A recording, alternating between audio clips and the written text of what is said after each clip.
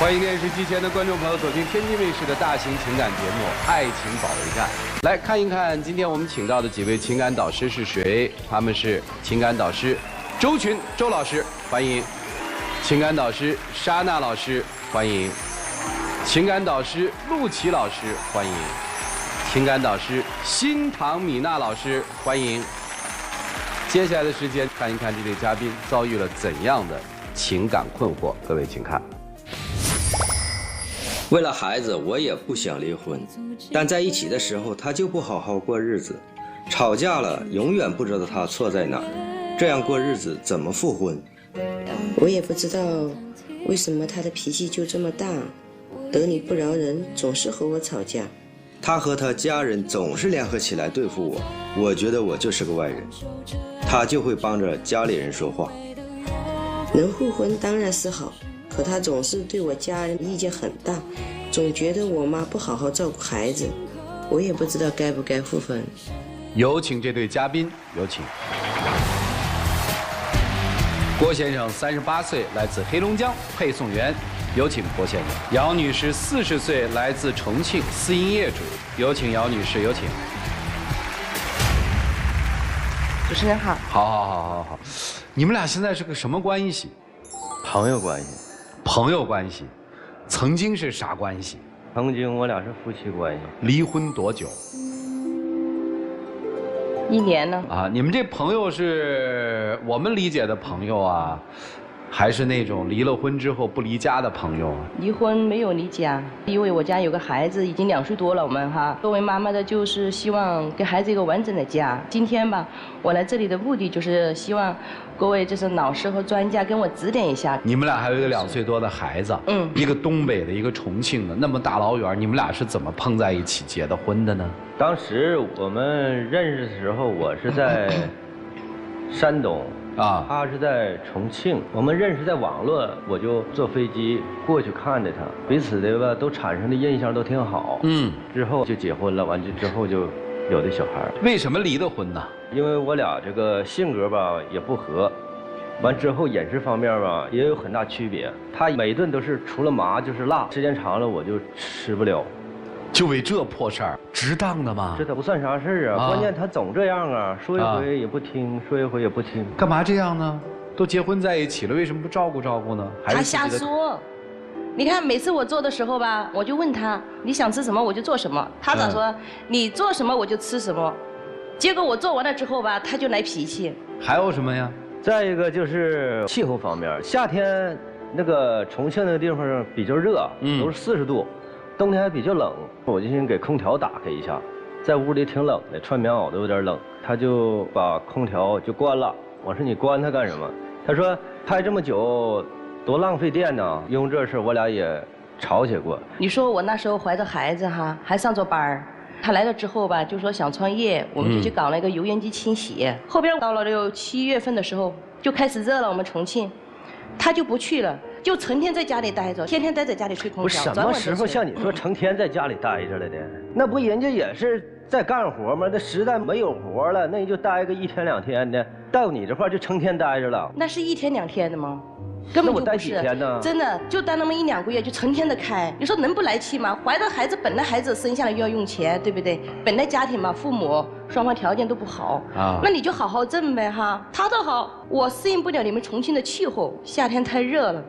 啊，下雨的时候不出门，那你说这东西你自己不跑业务，那谁给你找啊？是不是？那能不吵架吗？就在女方的心里，可能那段时间，男方的工作并不积极，或者说他没有看到男方在为他和孩子去奔。对，你是很委屈的，是吧？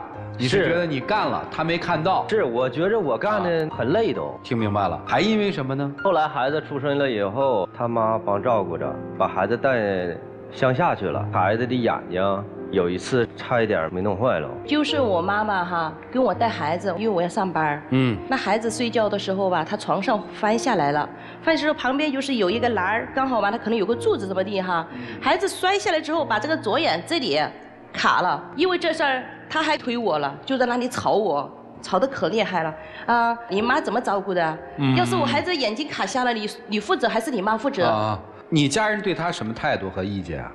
我们家人是啥呢？就是说，只要你们俩好好的工作，把孩子养大，我们先给你带孩子。那后来这个离婚是谁提出来的呢？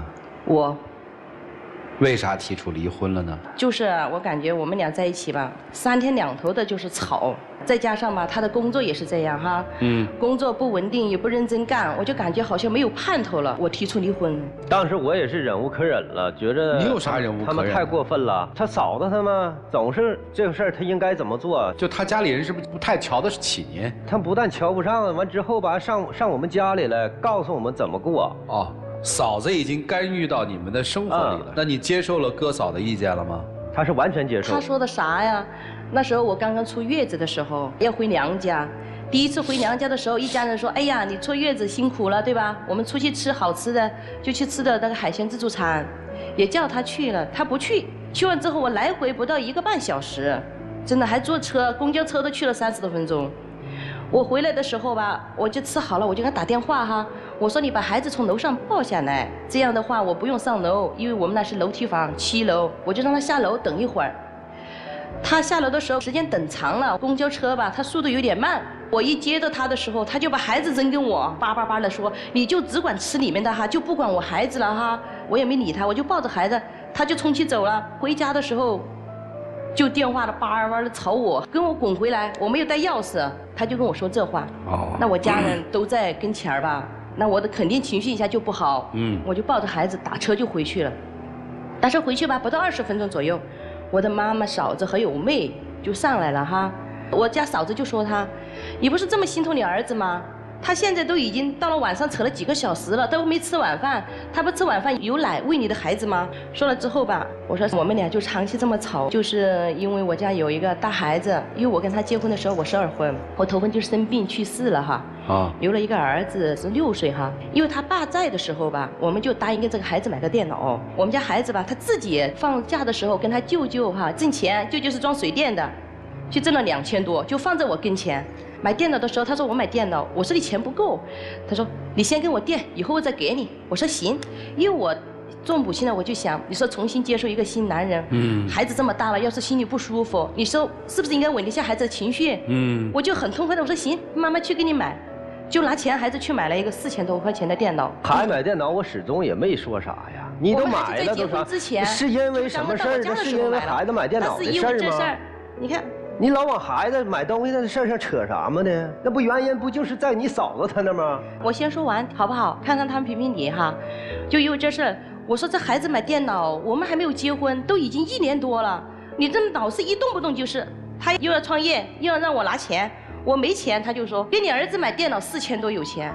我只要干这事创业，你就没钱。我懂了，接着说嫂子吧。到了你们家说了什么呀？他说瑶瑶买电脑那个钱也没花你钱，花的是原先瑶瑶他爸跟他妈挣的钱。你说啥呀？对我嫂子就说了这么一句话。完之后我跟他说，我说这不是各自分财产呢？这好日子不也得分完它吗？这么过呀，不也得整完它吗？等于婚后在经济上面不是那么宽裕，对吧？然后女方嫌男方生活并不努力，男方觉得自己已经尽力了，对，就因为尽不尽力，生活到底好还是不好，在经济上产生了很大的分歧。是，所以女方忍不下去，女方提出了离婚。去年离的婚嘛，我们孩子1岁多了，反正就是经过很多事。你们离婚不就为这些事儿吗？对，就因为这些事儿。我们不说那些碎事儿了吗？对，对吧？不就是因为这样吗？所以女方提出了离婚，男方就欣然同意了，是这意思吧？是。那离婚之后怎么还不离家了呢？中间嘛，我搬出去过，这不是有个孩子吗？看孩子，有时候吧就在一个地方住，就是这种情况。这次他的意思也是说是要那个复婚，我一考虑这个事儿吧，也可以说。所以您想复婚了？不是说我特别想复婚，就是希望他能改一改。他改什么？就是你好好认真的工作，你不要说我们家人怎么地了，不要说我儿子怎么地了，过去的事儿你就不要长时老谈这事儿，我们就好好的把儿子养大。因为第一个孩子没有爹了，我就想小儿子吧，希望跟他留一个爹。说实在的，就这么回事儿，我就把重庆的工作辞掉了，就跟他一起到山东来了。但是来了之后吧，我们俩反正就感觉跟之前一样的。一样的，所以我今天来的目的吧，就是说希望这些。我们再捋一下。离了婚之后，他去了山东。那谁又到了重庆，或者谁又到了山东？他不是说看孩子？他回重庆来看孩子吗？看了之后，我们俩就商议把孩子说接走，就这么回事儿。哦，等于离了婚之后，你去了山东，我上了山东，然后从山东你又回了重庆看孩子。对，到了重庆看孩子的时候，你们俩商量，对，说能不能把孩子带走，咱试着再过过，是这意思吗？是。那在山东，您的工作现在应该是稳定了吧？相对之下比较稳定了。他说的稳定是啥呢？那跟他兄弟一起就是搞装修哈，有活的时候就去，不活的就在家，一个月也干不了多少天呢。那现在为啥还要复婚呢？现在我就是说到台上来的意思啊，希望这些专家和一个建议，看我们这种是不是能不能自己再改一改，或者是说没有复婚的必要，就这意思。我来问啊，你觉得你们这婚姻败在哪儿了？败在财力上了。我相信你一定会这么说，没钱，对吧？从资料上面看，其实您还比他小，在农村您算结婚晚的，您不是再婚吧？我不是，您是初婚吧？是初婚。为什么没娶上媳妇儿？当时条件有点就是穷，咱直接说，不太允许，对吧？是不是就是穷？是。所以你觉得你的婚姻败在了钱上，对吧？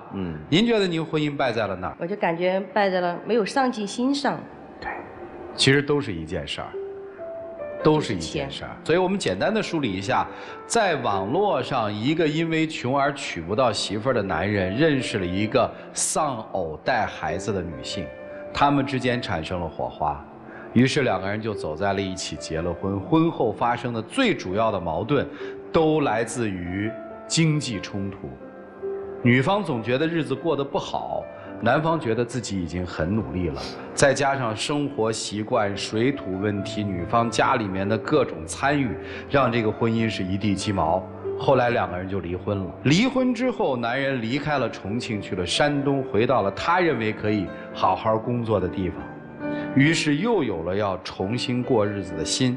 女方就带着孩子来到了山东，但是两个人的生活还是一地鸡毛，因为女生觉得男生压根儿就没有什么改变，所以她想问问老师们，我这个婚能不能复？我们一起进入丘比特问卷。对于这位女士来说，她已经有了2个孩子，2段婚姻，我觉得重新做另外一个选择，对你来说内心也是一个巨大的考验和煎熬。可能你自己也不愿意再做。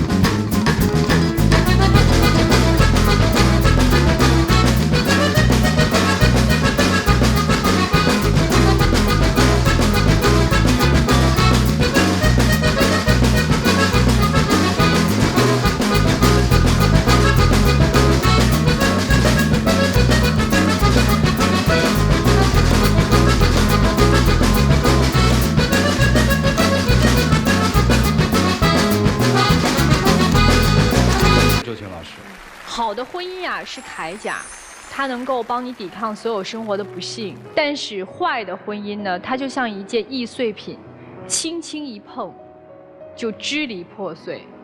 你们的婚姻就是这件易碎品，现在已经支离破碎。我觉得很大的问题是，女人一直对男人抱有不满，可是男人不明白你对我的不满到底在哪里，然后呢，你也没有意识到自己身上到底有什么问题。其实女生也是，也没有看清楚自己身上的问题是什么。你们想着急的要的是一个结果，就是我们复婚，给孩子一个完整的家庭。可是离婚为什么都没有搞清楚？那你们之间的这个问题解决了吗？没有，是因为你看不上他，你觉得他不够努力，不够上进。而男生的心里的这个声音说的就是，你不就是嫌我穷吗？可是他真的是想要物质的生活吗？他不是嫌你穷。他是害怕穷背后的那个原因，就是你又懒，然后又不上进。一时的穷不可怕，我怕的是一辈子都过这样的日子，看不到希望。所以你们再复婚，他还是一样会说你不上进呀，你不努力呀。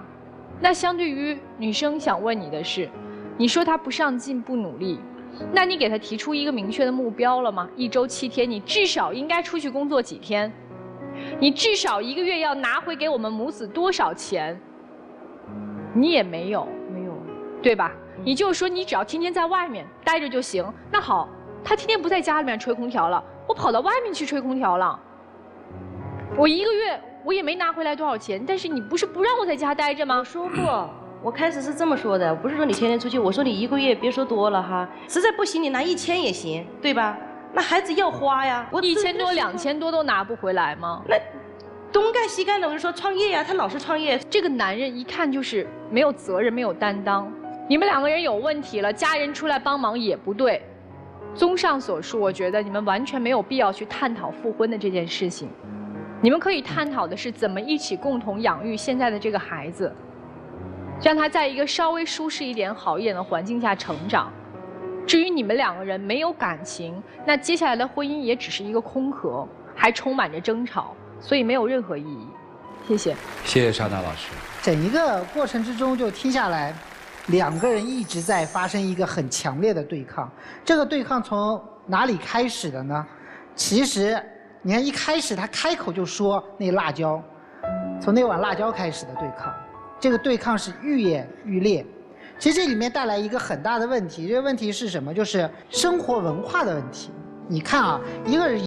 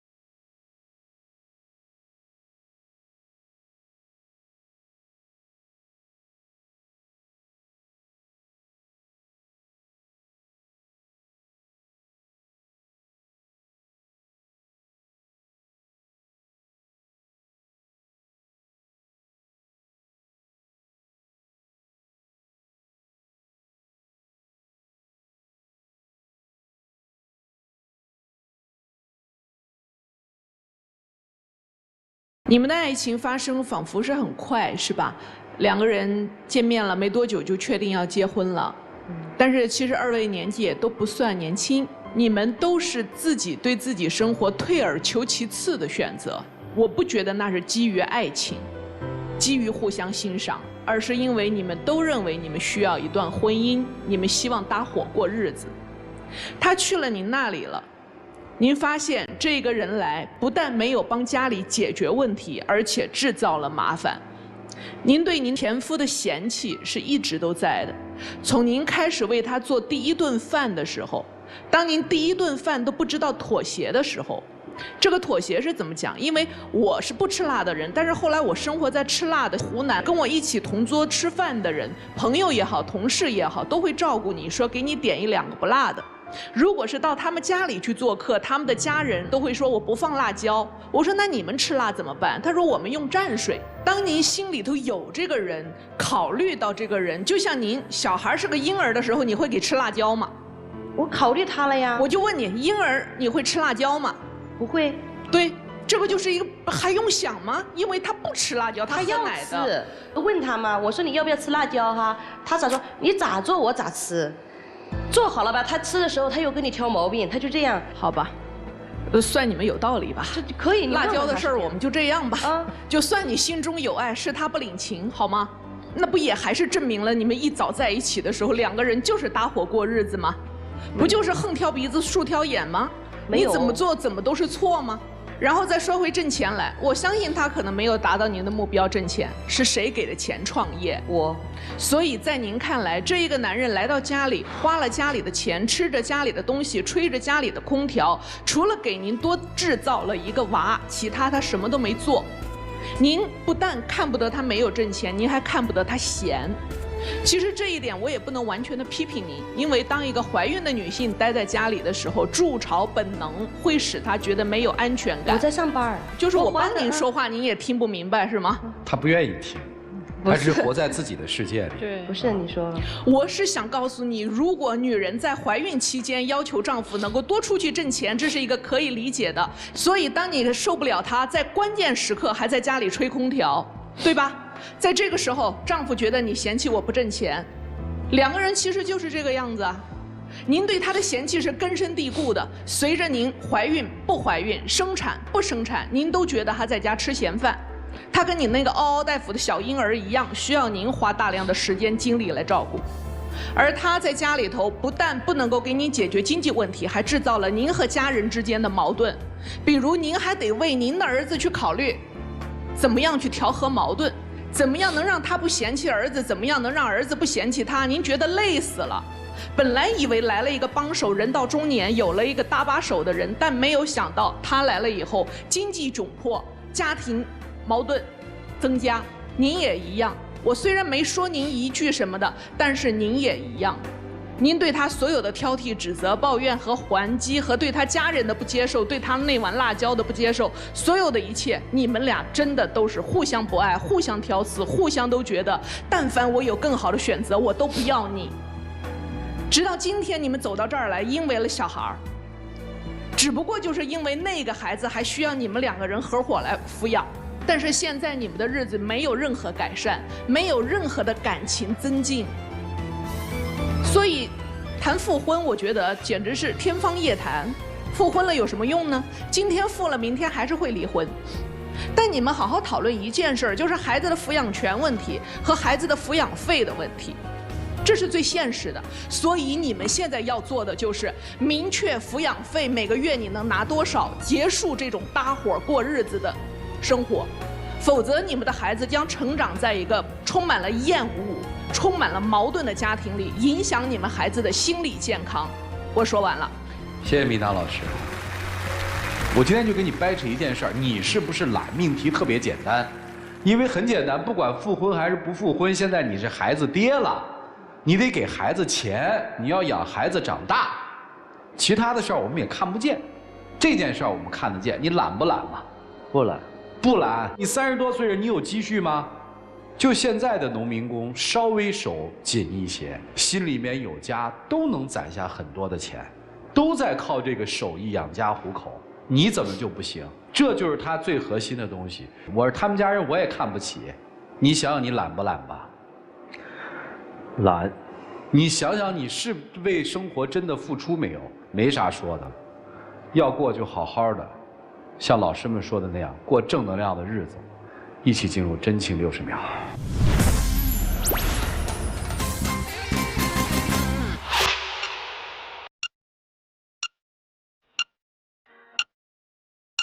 在这么多年里吧，其实我也看着你的好，每一口有好吃的吧，也先让我吃，这个我也知道。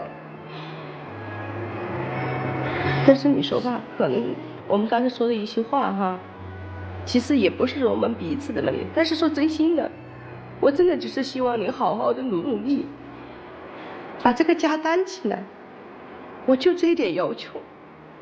我也在努力为这孩子着想。真的，这几年在一起，如果分开，哎，也只能是说，我们彼此给自己反省一下，好吗？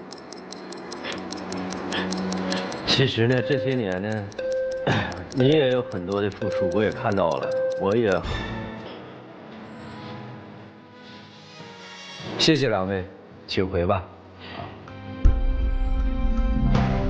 电视机前的观众朋友，欢迎大家登录优酷视频收看节目的完整内容，看一看这对曾经的夫妻会作何选择吧。请开门。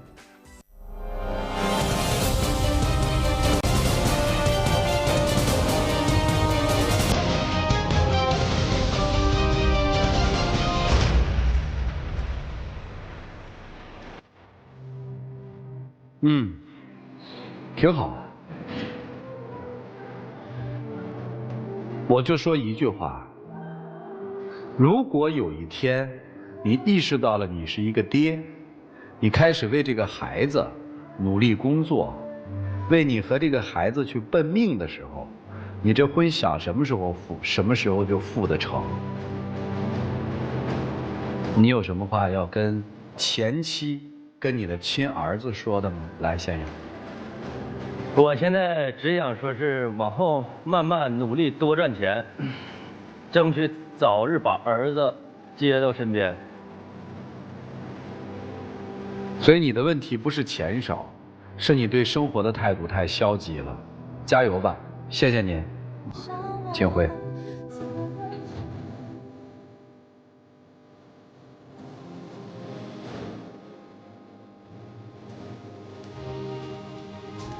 其实气在什么地方？你听这个女士的要求，1个月1000块钱，日子就能过了。现在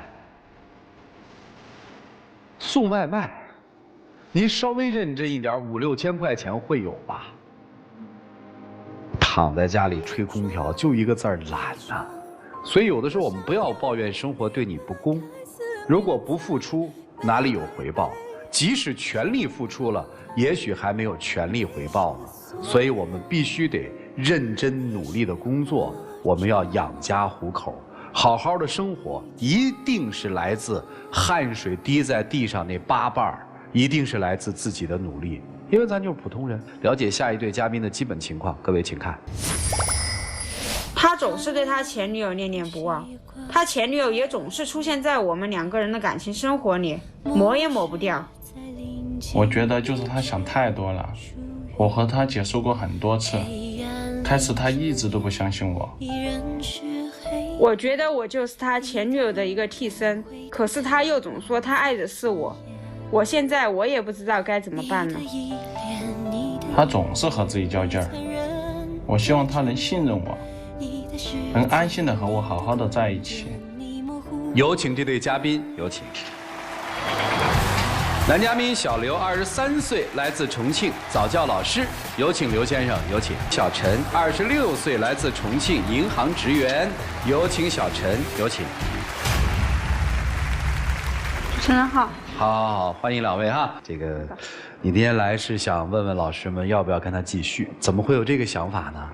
因为他现在对他前女友念念不忘的，然后每次都去主动关心他前女友现在的消息啊，让我一直都没有安全感。你们谈了多久了？我们谈了3个多月了。才3个多月啊？对。哦，你跟前女友分手多久？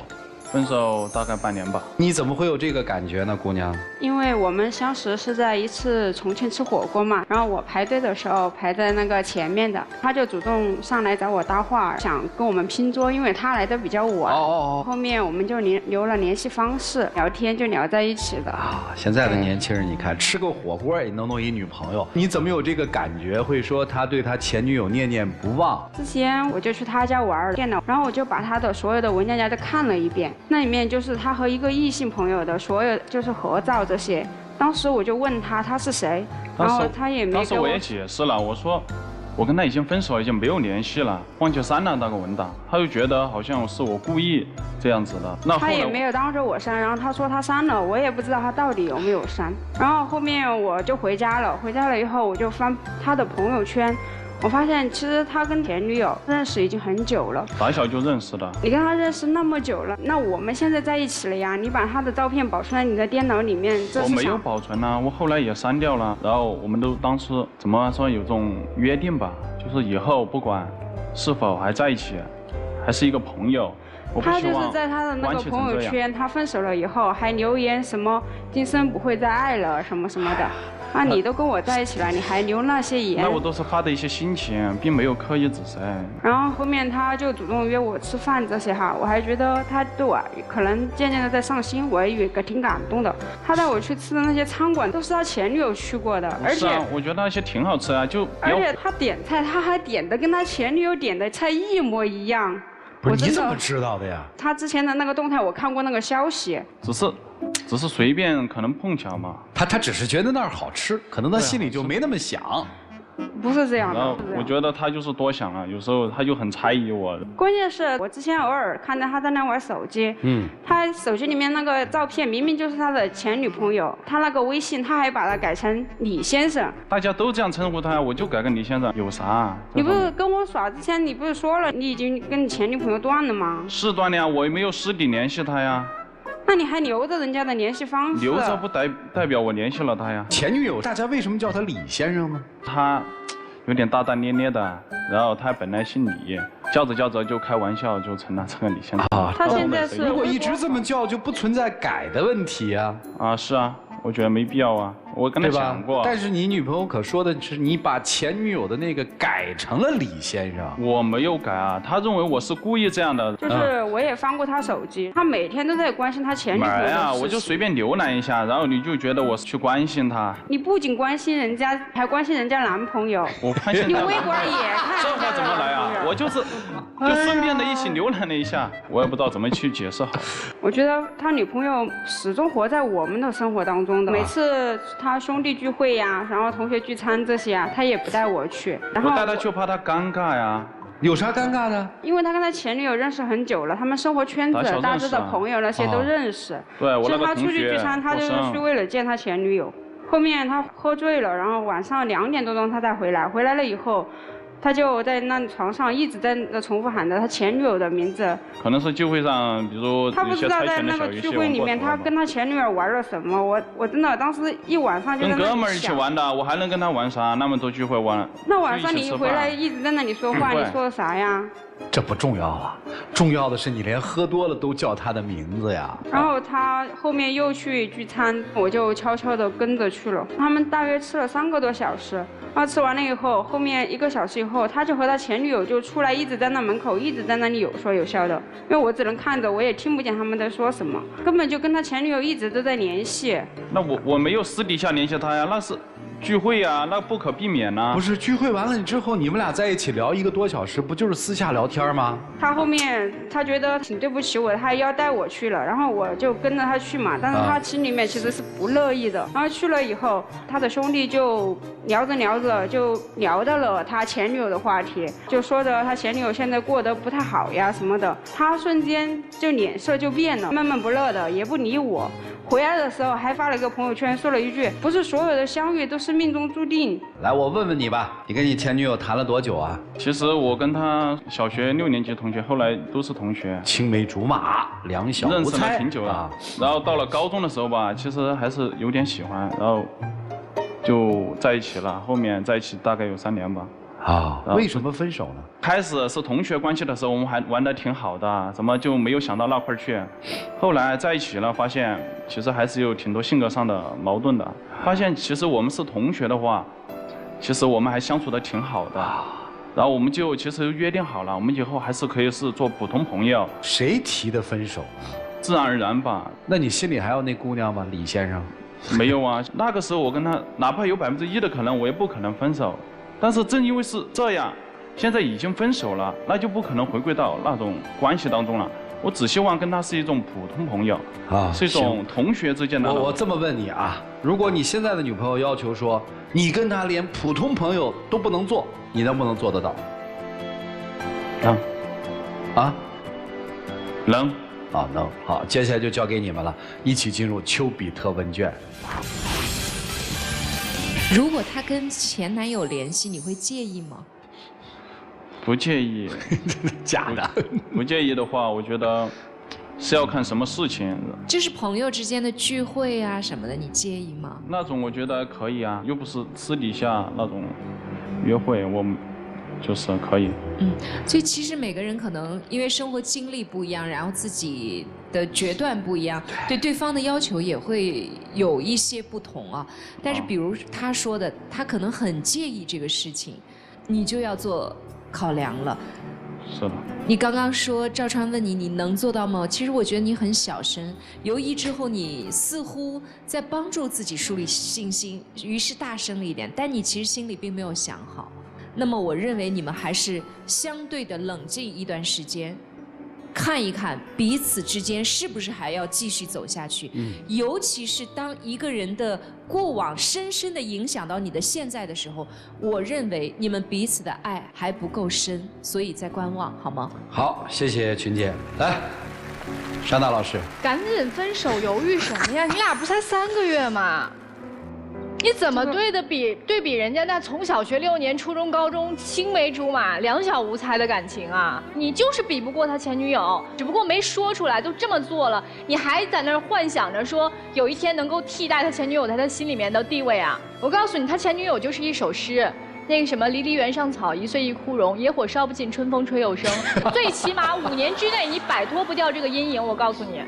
得不到的就是白月光，得到的就是地上霜。你不要想着去让他拔掉你前女友在他心中那根刺儿，你做不到，你无法推动他，让他去忘掉他的前女友。这件事儿不是说你步步紧逼，你天天看着他，他就能忘得掉的。你如果决定跟这样一个有非常深前情前史的这样的一个男生在一起，你就要做好这个准备，受这份煎熬。跟你说的是什么？你这样的人非常可恨，你忘不掉前女友，你拽人家干嘛呀？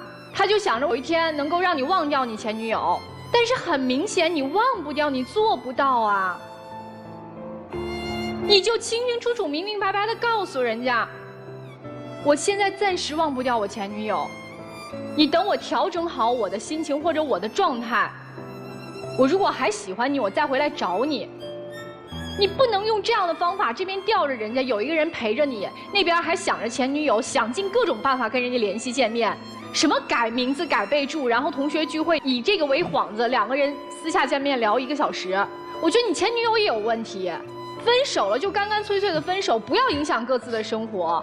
你以为你这叫深情啊？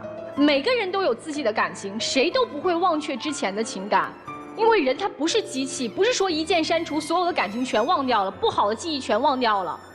你最可恨的地方是在于，你在已经开始了一段新的感情之后，用种种的这种的欺骗的手段来欺骗现在的女友，口口声声给她营造我们俩不可能了，我跟前女友不可能，但实际你还在做着要挽回前女友的所有的事情。所以你现在这样的状态不适合谈恋爱，你知道吗？任何一个女生都会介意，你这是对这个女生不负责任的表现。你唯一要做的就是我要认认真真、非常真诚、非常直面的去看待我过去的这段感情。我没有放下，就是没有放下。你爱没爱上他，清清楚楚地告诉他。所以姑娘赶紧跟他分手，听到了吗？小陈，你觉得自己值得被爱吗？知道。这是问题的关键。你的感受是对的，他心里面肯定有。而且你心里面有那个，还不是那种白月光那种啊，心里面有这么一个畅想，你是真的是有想法。这种东西不需要狡辩，你也没有错呢，毕竟没结婚嘛。你最大的错就是你不真诚，当然你不真诚是因为你的个人防御系统开启了，是吧？就是因为我有女朋友嘛，那我肯定要狡辩一下嘛，这我也能理解啊。但是都闹到这儿来了，我觉得心里面还是要琢磨一下。琢磨什么呢？你真要想要排队，在那边排着队，你这边就别挂着。他不是你排队时候消遣寂寞的，你不能那边排着队一看，哎，我这儿可以插队，我就一块跟你吃火锅去吧。吃着火锅，我想着那边还排着队呢，那不行。这不是谈恋爱的方法。所以你一看你那个插队跟人家一块拼桌吃火锅那个样子，就知道你是一个闲不住的。再问你一次，你觉得自己是一个值得被爱的人吗？知道。那你觉得现在自己的这个样子是不是已经变得有点可怕了？你看你怀疑人、调查人、跟踪人，3个月，你变成了这样一个人，天天盯着自己男朋友的朋友圈，盯着男朋友的手机里面谁，盯着男朋友跟谁出去了，这样的一个姑娘，你告诉我，她是一个值得被爱的人吗？每个人的内心都有白月光，这个很正常。他不是爱不爱的问题，他就是因为失去了之后，他有更强烈的一种依恋的一种感受，但是因为他对于白月光的那种依恋，或者说还有那么一点想法，却伤害到了你。这种伤害直接把你改变成了另一种人，这种人可能你自己都会很讨厌。如果你是一个值得被爱的人，那么在这个世界上一定会有人全心全意的爱你。如果一个人没有全心全意的爱你，不是因为你不够好，而是你没有在一个正确的时间出现在他的面前，或者说你以为自己在一个正确的时间出现在他的面前，但他此时此刻的那个人还不是那个正确的人，所以错是错在这个地方。所以我不认为你对他没有感情或怎么样，我也不认为他对你一点感情没有，我是觉得错在一个缘分的错位上面，错在一个人还没有放下以前的缘分，就快速的开启了一段新的缘分，而你就成了那个被折磨的人。所以姑娘，你不能再这样去盯着一个人了，你不能再这样去付出了，你不能再这样陷到一段感觉是竞争中的爱情里面去了，不能这样，退出来，冷眼旁观一下，再问问自己那个问题，你是不是一个值得爱的人？好，就这样。好，谢谢陆琪老师。米娜老师，我都不觉得你是他的现女友，我觉得你一直是个工具人。从最早吃火锅的时候和你搭讪，他能是那么勇敢的人，只能证明他没心动。如果当时他对你心动了，觉得你就是他心中的女神，他一定不会表现得那么自如。当他非常自如的还能够去跟你谈笑风生，去跟你拼桌留联系方式，然后接下来就那么轻轻松松追到你，因为没动心没走心，他只是在那个时候需要一段感情，也许就是需要一段来气他前女友的感情，或者来告诉自己我走出来了，你看我都可以接受一桩新感情了，就是给自己加油的那么一个工具，你就是那个工具。他没有隐藏他的任何行径，比如说跟你谈恋爱了以后没有隐藏他的空间，对吧？您是在他空间里头看到他过去吃过的什么美食，他分手之后写给自己的心情，写给自己的留言，他没隐藏没删除，为的是什么？为的就是等你这个观众去看。没有观众的话，这桩思念将多无聊啊！没有人听我聊我和我前女友，天哪，那故事就会烂到肚子里去了，太无趣了。我身边的朋友都听腻了，我的前女友她本人也不想听了，因为她有男朋友了。我只有再找我一个新的工具人，她每一次翻我的旧事儿，我都会开心的跟她讲。你今天来到舞台上说我不爱我的前女友了，我可以为她做一切，你这一段话还是说给你前女友听的，你的心中的观众这一次不是她了，你心中的观众是看电视的将来的你的前女友。因为你太害怕丢脸了，太害怕让前女友发现你还念念不忘，尤其是她已经忘了你昂首阔步的走过去的时候，你不想变成在她身后还依然不能够忘却的那个可怜虫。所以你需要在电视机前说不，我爱我女朋友，我跟前女友只是好朋友。你为了成全你的那一点骄傲，那一点自尊心，依然在把我们所有人也想当成工具人。如果你真的在乎你现在这个女朋友的感受，在她第一次发现你在微博里头排序前女友第一、前女友男朋友第二这样的访客的时候，你有没有说我从此注销微博，我再也不看了？没吧？当他第一次看到李先生介意的时候，有没有当着他的面拉黑且删除，让你们永远无法再接触了？没吧？没有。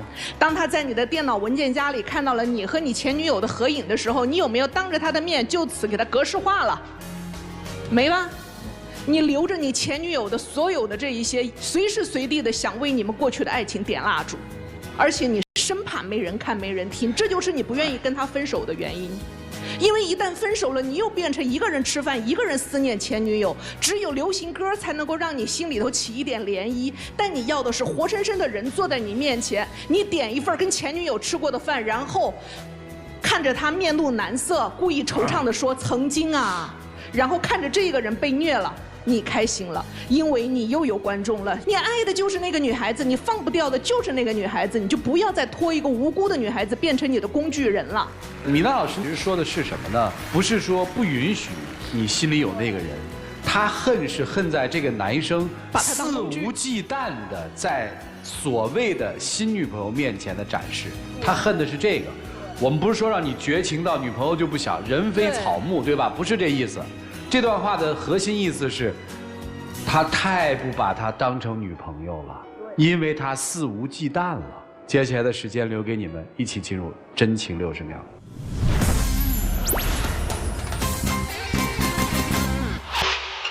我知道，我做了一些对你比较伤害的事情，我处理的关系处理的不好。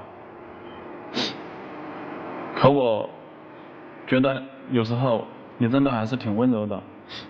去你老家的时候，你还是对我很照顾的。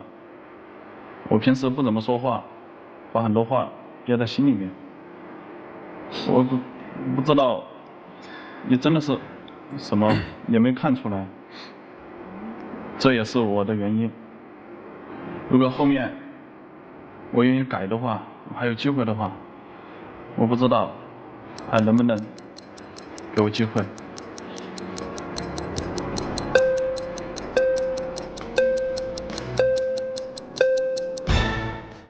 谢谢两位，请回吧。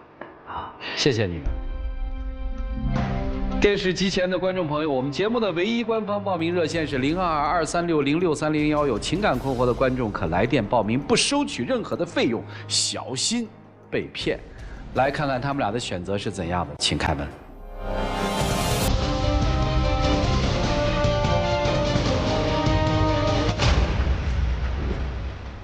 哎，这挺好。如果还爱着前女友，反正他也失恋了，你们再聊聊，对吧？就是你没有，大家指责你没有别的意思，觉得唯一一点你没有做好，就是你这段感情没有处理干净，你开始下一段的时候你就害人害己，啊，其他倒没什么，好吗？是，谢谢各位，谢谢你哈，请回，请回，请回，谢谢啊。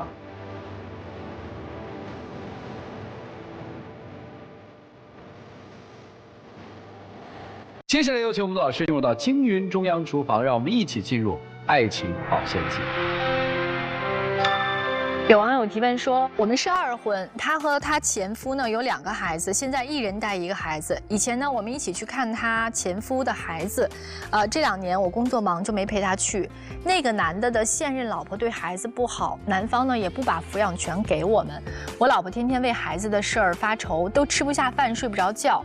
她想回去照顾孩子，于是就跟我提出了离婚。离婚的原因只是因为回去照顾孩子吗？那我想问一下，她跟你离了婚就可以从前夫那里争回抚养权吗？所以我觉得你要想一想，是不是在你们2个人的婚姻期间，你有对他的忽略，让他对这段婚姻也有一些挫败感，他才提出的离婚。